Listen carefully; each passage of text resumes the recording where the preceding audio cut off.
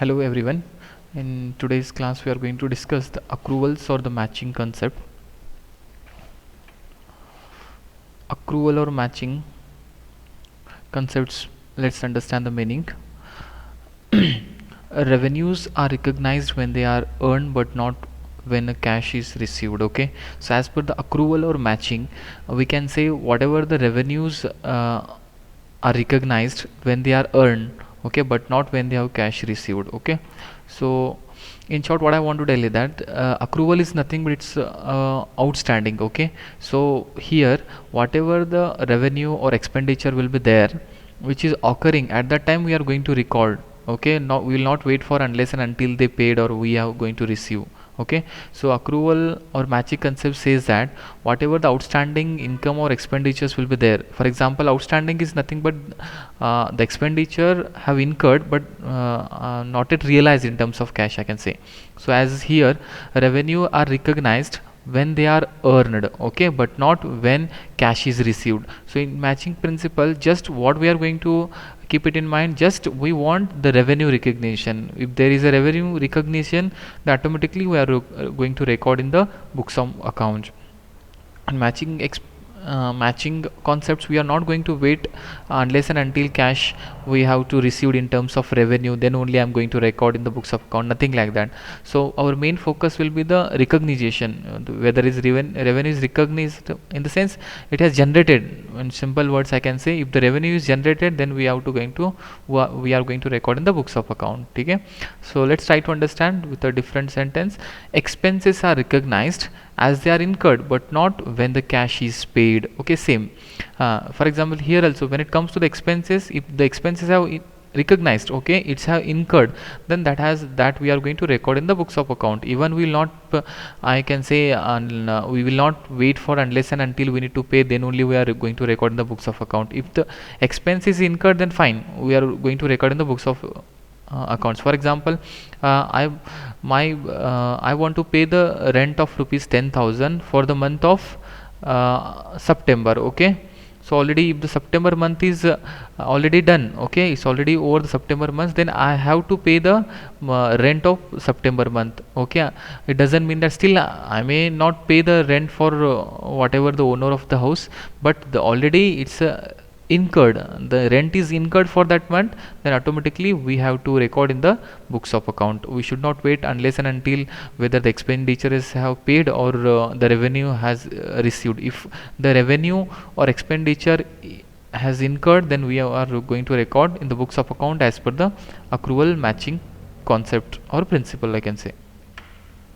Okay, here let's try to understand. The net income for the period is determined by the subtracting expenses incurred from the revenue earned. Okay, here also same, the whatever the net income will be there which we are going to record or determine, at that time we are going to subtract. What we are going to record?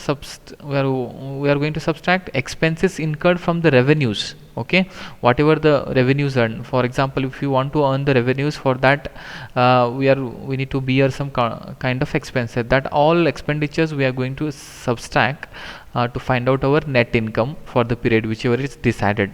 Okay, so here whenever we find out the net income, at that time we have to distract or subtract the expenses which is incurred from the revenues. Okay,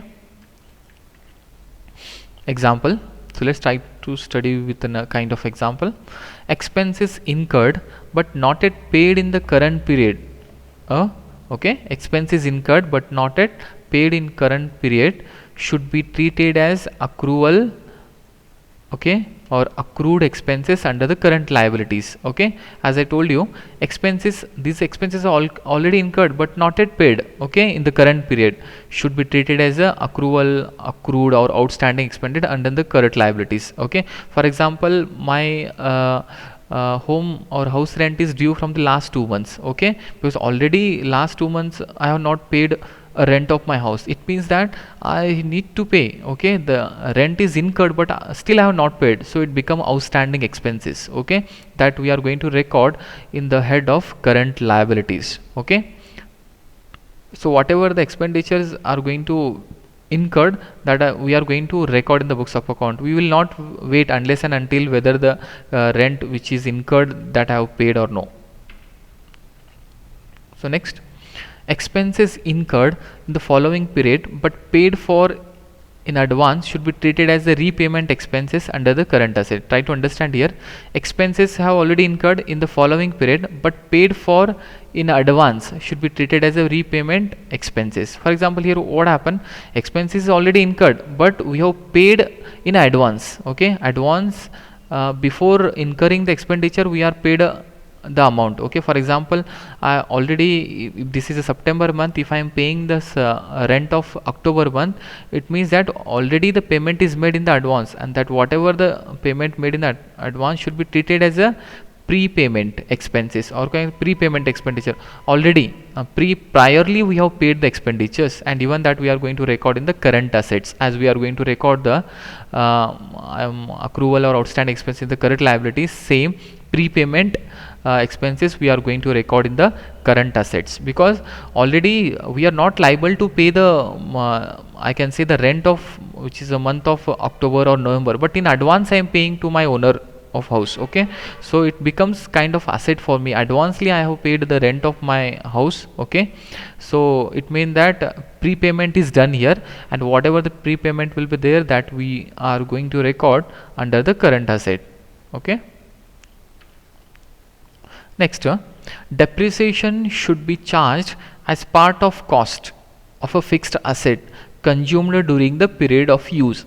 Okay, as per the accrual basis, what they are telling, depreciation whatever we are going to charge on the fixed asset should be charged as a part of cost of fixed asset consumed during the period. Okay, so here whatever the depreciation is going to charge, that has to be on fixed asset. Here we need to keep it in mind, consumed during the period of use. Okay, so whatever the how much the consumption has done in defined period of time, that only we are going to charge. Okay,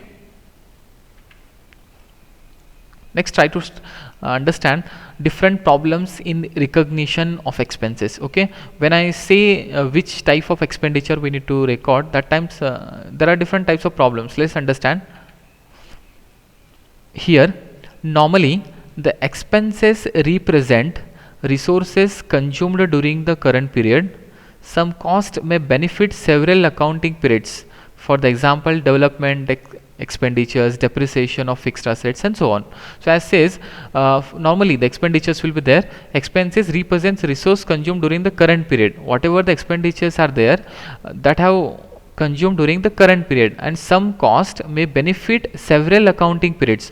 For example, development, if I am making the development expenditures, or if I am charging the depreciation on the fixed asset, it doesn't mean that that is going to help me in this current period. Okay, even whatever the expenditures I am doing for the development of my organization, it can be any kind of expenditures, or I'm charging the depreciation on the fixed asset, this expenditure is not going to help only in the current period, even in future is going to help. Okay, so by studying all these concepts we need to find out.